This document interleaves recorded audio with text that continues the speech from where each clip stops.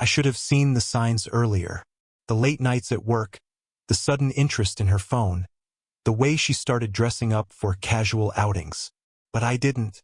I convinced myself I was overthinking, that the stress of life was making me paranoid. Stephanie and I had been married for 8 years. We weren't perfect, but we were solid, or so I thought. We built a life together, talked about having kids one day, and supported each other through every setback. At least that's what I believed. Lately, though, something felt off. She was distant, guarded. The little things we used to share, inside jokes, random texts during the day, had disappeared. Our conversations felt forced, her kisses felt obligatory.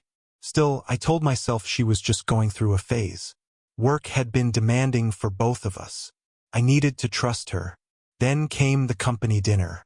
Stephanie had been talking about it for weeks. She was more excited than usual, which was strange considering she normally hated these events. "Networking is important," she had said with a forced smile. I nodded, ignoring the gnawing feeling in my gut. The night of the dinner, she looked stunning. A sleek black dress, hair perfectly styled, that perfume she only wore on special occasions. I told her she looked beautiful. She smiled, but it didn't reach her eyes. At the venue, I tried to shake off my unease. I made small talk with colleagues, sipped my drink, and played the role of the supportive husband. But something was bothering me. Stephanie kept disappearing, always off to say hi to someone, always slipping away just as I turned to look at her. Then I saw it. Near the back of the room, in a dimly lit corner, stood my wife. And she wasn't alone. A man, someone I didn't recognize, had his hand on her waist. She was laughing at something he said, leaning in close, too close. Before I could process what I was seeing, he kissed her. I froze. Everything else blurred. The clinking of glasses, the hum of conversation, the warm glow of chandeliers. All I saw was her, my wife, in another man's arms. Adrenaline surged through me, my pulse hammering in my ears. I moved before I even knew what I was doing. Straight to them, through the crowd, past the oblivious coworkers who had no idea that my entire life was shattering in front of me. When I reached them, Stephanie was still lost in the moment. Then she noticed me. Her eyes widened, and she pulled back, but it was too late. I looked at the man. Tall, well-dressed, confident, like he belonged there.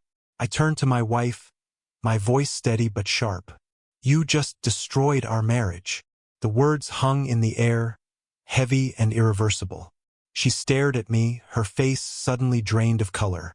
And then, with a look of pure despair, she said something that made my stomach drop. "You don't understand." I clenched my fists. "Then make me understand." She swallowed hard, eyes darting to the man beside her, then back to me. And what she said next left me completely stunned. For a moment, Stephanie just stood there, frozen like a deer caught in headlights. My heart was pounding so hard I could feel it in my throat. The room around us seemed to fade into the background. Just me, her, and the man who had his hands on my wife moments ago. Then, she exhaled shakily, her voice barely above a whisper. "He's my boss." I blinked. That was supposed to explain something? That was supposed to justify the fact that she was kissing him in front of 100 people like I didn't exist? "Your boss," I repeated, my voice sharp. The man finally spoke. "I think we should take this somewhere more private," he said smoothly, as if he were in control of the situation. That pissed me off even more. I turned to him, my voice low and firm. "I don't know who the hell you are and I don't care, but you don't get a say in this." Stephanie grabbed my arm, her nails digging into my skin. "Please, let's not do this here," she whispered urgently. Now she was worried about appearances? Now she cared about the scene she had created? I yanked my arm away. "Oh, now you want to be discreet? Where was that when you let him put his hands on you?" She flinched, and for a second, I saw something flicker across her face. Guilt, shame, or something else entirely. The man, her boss, shifted uncomfortably but didn't say anything. He had the audacity to just stand there, watching us like he was waiting for me to leave so they could continue whatever this was. I looked back at Stephanie, my stomach twisting. "How long?" She hesitated. That was enough of an answer. I took a step back, shaking my head. Unbelievable. People were starting to notice. Whispers. Side glances. I didn't care. Let them see. Let them hear. Stephanie reached for my hand, but I pulled away. Her lips trembled as she spoke. It's not what you think. I let out a hollow laugh. Not what I think. Stephanie, I just saw you kissing him. I gestured at her boss, who had the nerve to stand there like a smug bastard. Tell me, then, what am I supposed to think? Her breathing was unsteady, and then, like she had been holding it in for too long, she said it. He knows. I froze. Knows what? I asked carefully. She looked like she was about to break apart. Then, barely above a whisper, she said, he knows about the envelope. My blood ran cold. The envelope. She knew that I knew. I stared at her, my mind racing. That meant this wasn't just an affair. This was something bigger. The betrayal had layers, and I had barely scratched the surface. The envelope, the way she said it, the way her voice cracked on the last syllable, sent a chill down my spine. What do you mean he knows? I demanded, my voice sharper than I intended.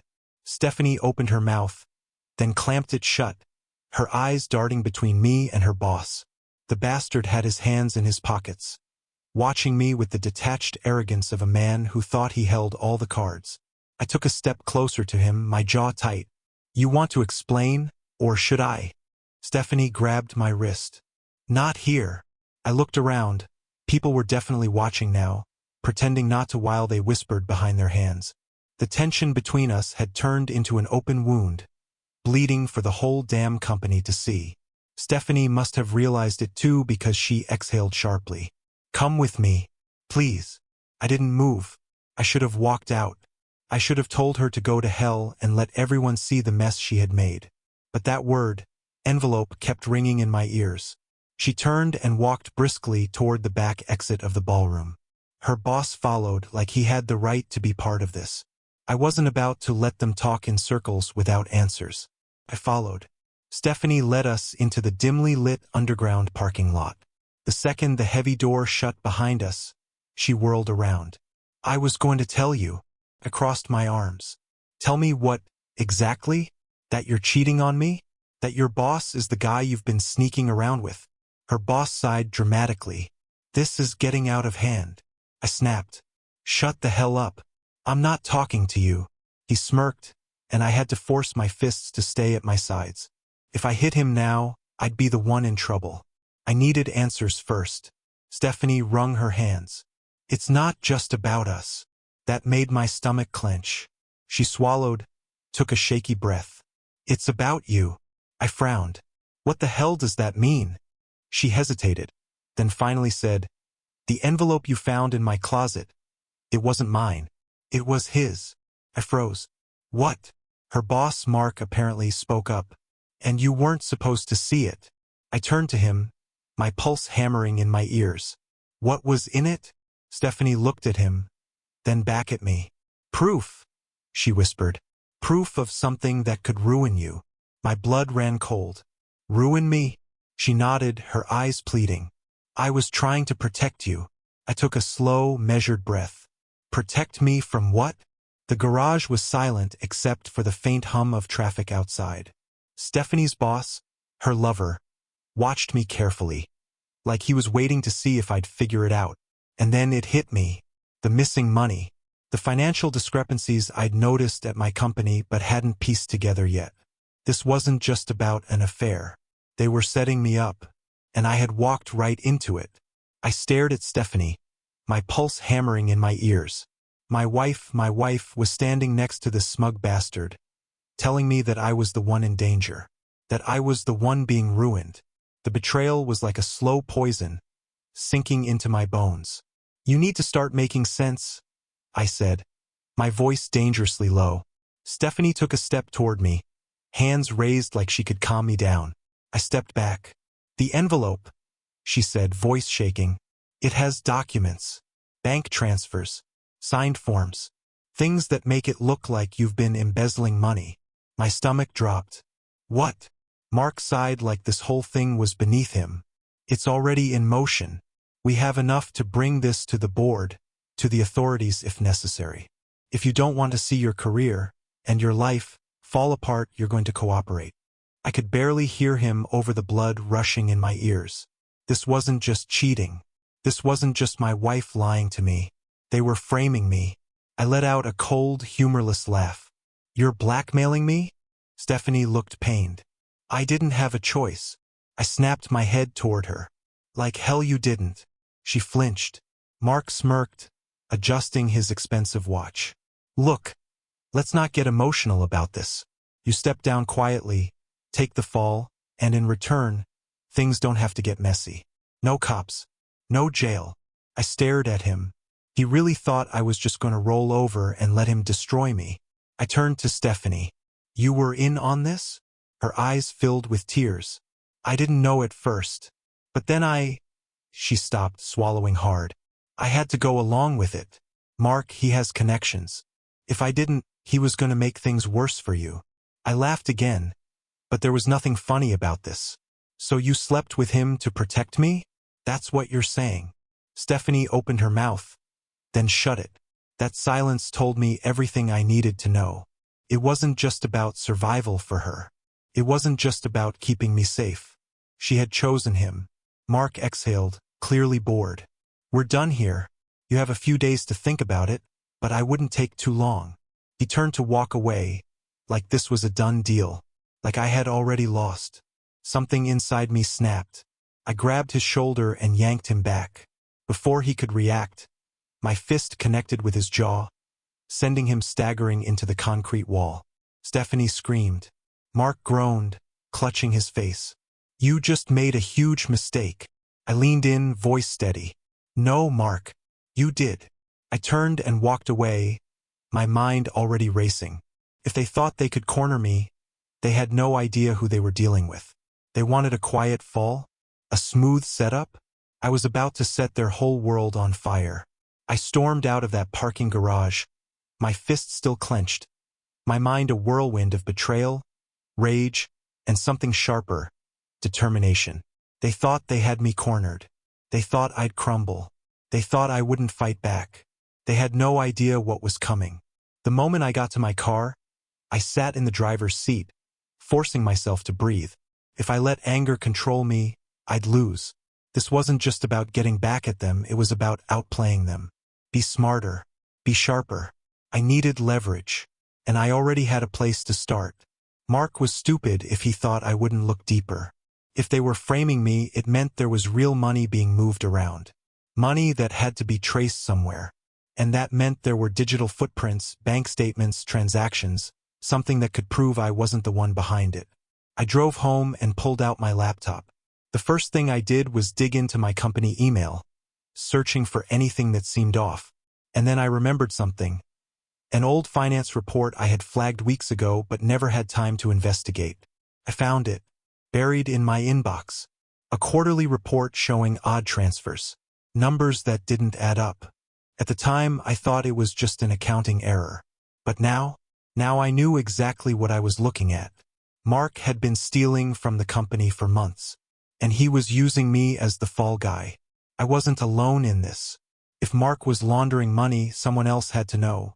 Someone in accounting, maybe even another executive. And I knew exactly who to call. Ryan. He had been my closest work friend for years. Sharp, trustworthy, and most importantly, he hated Mark. If anyone would help me, it was him. I dialed his number. He picked up on the second ring. Hey man, bit late for a call. Ryan, listen to me carefully. I need your help. A pause. Then, what's going on? It's Mark. He's been stealing from the company. And he's setting me up to take the fall. Silence. Then a sharp inhale. I knew something was off, Ryan muttered. Dude, I've been seeing weird transactions for months. But I didn't have proof. I do. I exhaled, gripping the phone. And I need you to help me find more. Ryan didn't hesitate. I'm in. Send me everything you have. Game on. By the next morning, Ryan had uncovered more than I could have hoped for. Emails, transfer records, Even a hidden bank account under a shell corporation, one that Mark had access to. It was enough to ruin him. But I wasn't done yet, because there was still Stephanie. I wasn't going to let her walk away from this unscathed. She hadn't just betrayed me. She had played a part in trying to destroy my life, and she had no idea what was coming. So I waited. That night, I sent her a message. "We need to talk. Meet me at the house." She replied almost immediately. "I'm coming." Perfect. I poured myself a drink and sat back, waiting for my wife, the woman I once trusted, to walk into the biggest trap of her life. I sat in the dimly lit living room, the weight of everything pressing down on me. The betrayal, the lies, the setup, it all led to this moment. Stephanie pulled into the driveway 15 minutes later. I heard the car door shut, her heels clicking against the pavement. She walked in without knocking. She still thought she had control. Her eyes scanned the room, cautious. "You said we needed to talk." I took a slow sip of my drink. "Yeah, we do." She hesitated, arms crossed. "I know you're angry." I let out a sharp laugh. "Angry? Stephanie, you helped set me up for a crime I didn't commit. You let Mark use you. You let him use our marriage as cover." She flinched, but I wasn't done. "You let me sit at the same table with you every night, smiling, pretending everything was fine, while you were actively helping another man destroy my life." I stood up, my voice low and firm. "So no, Stephanie. Angry doesn't even come close." She took a deep breath. "I was trying to protect you." I clenched my jaw. "Protect me?" "Yes." Her voice broke slightly. "I didn't know what Mark was doing at first, I swear. And by the time I figured it out, he already had the documents ready. He told me." She swallowed. "He told me if I didn't go along with it, he'd make sure you went to prison." I stared at her. "So your solution was to sleep with him?" Tears welled up in her eyes. "I did what I had to do." I shook my head, feeling something inside me snap completely. "No, Stephanie. You did what was easiest for you. You chose the winning side." She opened her mouth, but I cut her off. "And you chose wrong." I picked up my phone from the table, turned the screen toward her. It was an email, sent to the entire board of directors. Attached were all the documents Ryan and I had uncovered. Evidence of Mark's fraud, his hidden accounts, his forged documents. Stephanie went pale. What did you do?" she whispered. I smirked. I turned the tables. Her breathing became unsteady. "Mark will. Mark is done." I stepped closer, my voice calm, measured. "By this time tomorrow, he'll be under investigation. His accounts will be frozen. His career, over." Her lips trembled. "I didn't want this to happen." I tilted my head. "No, you just wanted me to go down quietly." She wiped at her tears, her hands shaking. "What happens now?" I took another sip of my drink, letting the silence stretch. Then, I pulled another envelope from my pocket and tossed it onto the table. She stared at it, confused. "What is this?" I gave her a cold smile. "Divorce papers." Her face crumbled. "I trusted you," I said, my voice steady. "I built a life with you, and you threw it away." Tears spilled down her cheeks. "I never stopped loving you." I laughed, shaking my head. "Don't lie to me. Not anymore." She looked at me like she wanted to beg, like she wanted to take it all back. But it was too late. She had made her choice. Now she had to live with it. Mark would go down. Stephanie would lose everything. And me? I was walking away with my life intact, and my revenge served. Stephanie just stood there, staring at the divorce papers like they were written in another language. Her breath hitched, her fingers trembling as she reached for them. "You're serious?" she whispered. I leaned against the table, arms crossed. Dead serious. Her eyes darted up to mine, searching for something. Anger, regret, maybe even hesitation. She found none. For the first time, she realized she had truly lost me. She swallowed hard. "We can fix this." I let out a dry laugh. "Fix what, Stephanie? My reputation? My career? The fact that you betrayed me in the worst way possible." Her lip quivered, and for a split second, I thought she might drop to her knees and beg. But I knew Stephanie. She wasn't built for remorse. She was built for survival. And right now, she was watching her safety net disappear. "What do you want me to say?" she asked, her voice barely above a whisper. "I don't want anything from you," I said. "You made your choice. Now you get to live with it." Silence. Then, with a shaky breath, she grabbed a pen and signed the papers. Just like that. I expected more resistance, but maybe she was already thinking ahead. Planning her next move, her next escape. Didn't matter. She was no longer my problem. The next morning, the company erupted. The email I sent to the board did exactly what I needed it to. By noon, Mark was out. Not just fired. Under federal investigation. Turns out, Ryan and I had barely scratched the surface.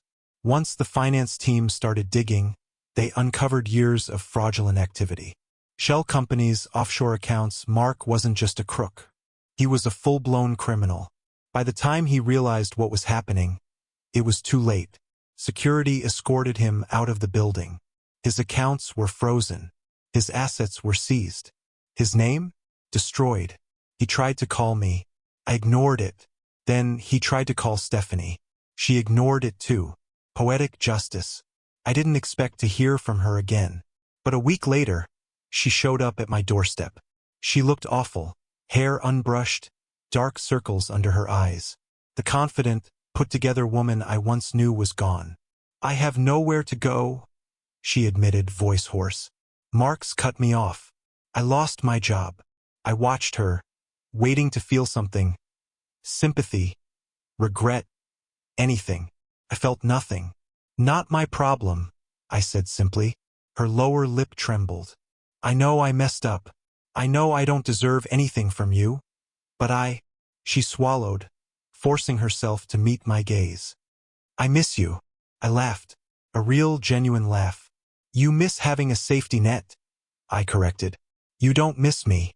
You miss the life you had before you burned it to the ground." She flinched. "Please," she whispered. "Just tell me what to do." I stared at her for a long moment, then said the only thing that came to mind. "Start over. Somewhere else. Without me." And with that, I closed the door in her face. Took time. Even after winning, even after exposing the truth, the scars remained. But I wasn't broken. I moved out of our house, got a new place, focused on rebuilding. Ryan and I kept digging into Mark's mess, and thanks to the evidence we gathered, he wasn't just fired, he was facing prison time.